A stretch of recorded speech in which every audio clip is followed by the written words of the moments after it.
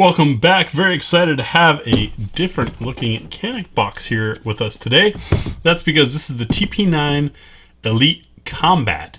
This was a special conglomeration, if you will, between Century Canik and a company more known for their Glock parts. We'll take a look next, coming up on GBGuns.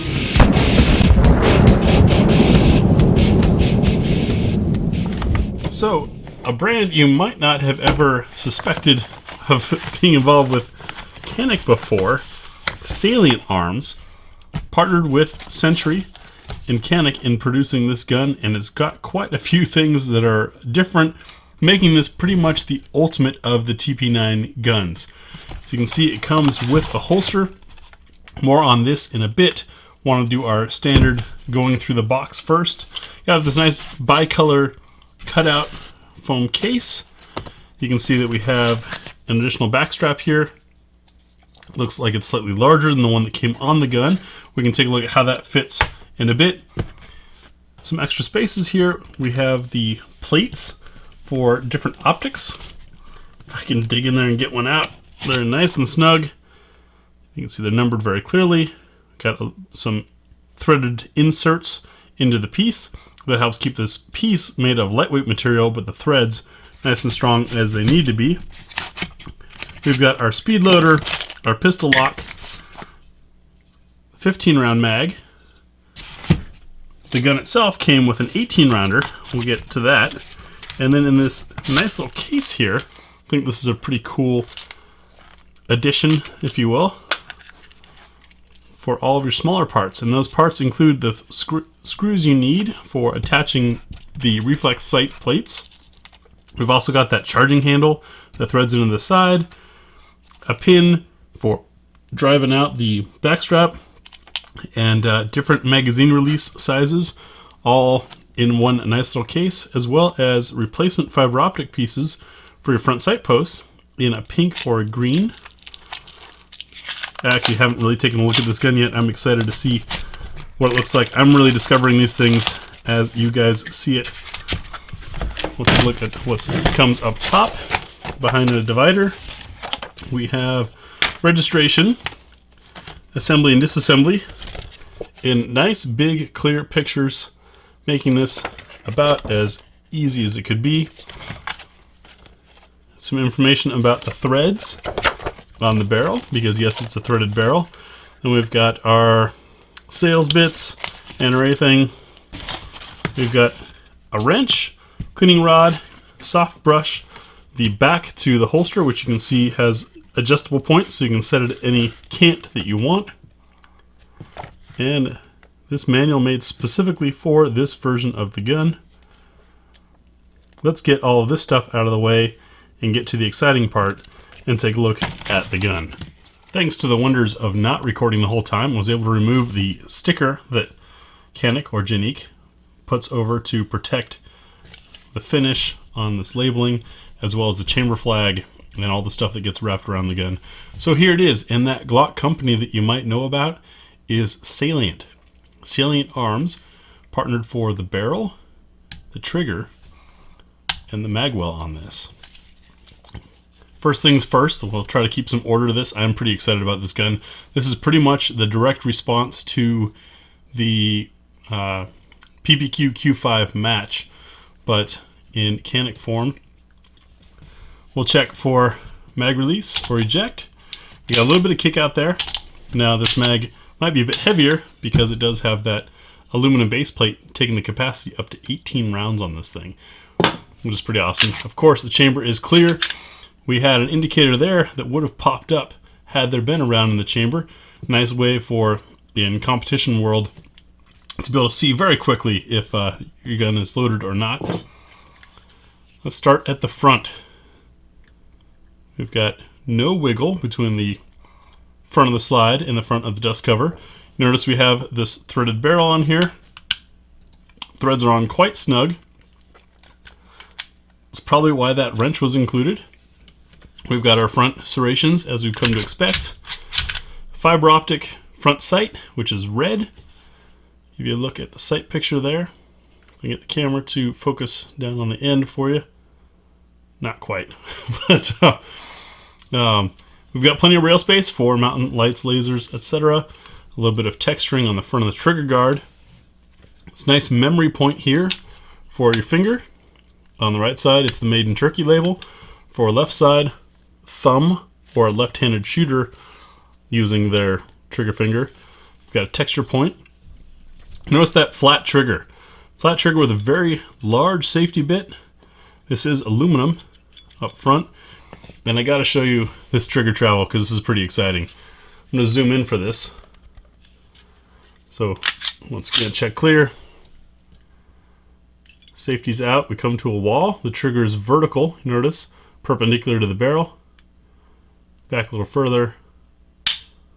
Brake. Pretty much zero over travel. And watch this reset. That's it. Takes you right back to the wall and brakes again.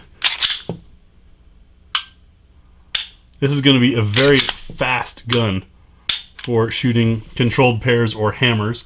For those of you not familiar, controlled pairs is, well, I've got videos on how to do that type of shooting, but it's what's commonly mistakenly referred to as a double tap.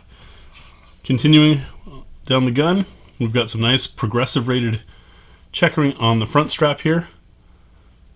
And you notice the largest of the magazine release extension buttons is on there, which makes it really easy to get to, and yet it's actually so big that striking down is not going to bump it. I can put a mag in there. It's not going to bump. Got the long Walther style slide catch / release. When they're this long, folks, it's really for releasing. And the idea is that you can just shove in and smack down and go. Not doing the slingshot thing. It's a little too slow for the competition world. Notice there is this magazine well funnel on here that tapers very nicely to the natural edge of what was already on the gun. So they did a great job there. Looks like it secures into the bottom of our back strap. See that thread there? Screws into there. Texturing in a slight recession. You can see that in the grip, which allows it to be narrow where your fingers wrap around. We also have this recession on both sides here, which works for thumb rest to keep it from getting in the way of your slide stop, and also help with trigger finger reach for those of you with smaller hands. Plenty of serrations on the back that grab. You also have a nice 90-degree flat edge there for using belt, cable, etc. for one-handed operation. As you might have noticed, the rear sight is serrated to keep any glare or reflection off that, and the red dot there serves as our striker indicator. Goes away after it's been fired. So if you end up with a dead trigger and look, you immediately know that it's not armed. Coming around the right side, you can see that our magazine release is reversible, but more important than that, we've got an ambidextrous slide stop and release. Overall, very good looking gun. Yes, this has the cutout, as I mentioned earlier, for putting on different plates for different optics. Curious to hear from you all if you want to see this shot with or without the optic on there. Of course, the optic does add some weight, which can slow down your cyclic rate. Can also cause short stroking if the optic is too heavy. That's why in the past with the SFX, which I happen to have right here for comparison, this is a long slide, we didn't mount an optic on it for the range time because I didn't want any extra weight slowing down the slide and potentially causing a malfunction that's not really the gun's fault. It would be more the optic that I happen to have on hand that fit that day's fault, if that makes sense to y'all. Next, we'll field strip this thing and take a look inside the gun. So field stripping these is a little different than what you might be used to. I'm going to pull down on these takedown levers on both sides. Push the slide forward about an inch after pulling the trigger, release the tension there, and then the slide comes off the top, just like that. Very interesting setup. Take a look inside. You can see maybe a little bit of dirt from factory firing testing. This is also a very early production of this new series of gun. We have our metal rail inserts, plenty of metal inserted in there for the locking block area. And you can see the Walther-like trigger bar with the two pieces there. There's our trigger safety and striker. Some black inside. Extra metal removed where it could be. We have a captured spring on fairly heavy weight. Yeah, it's a steel guide rod.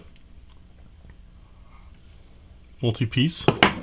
And to get the barrel off, we're going to have to use our wrench. That is on there tight.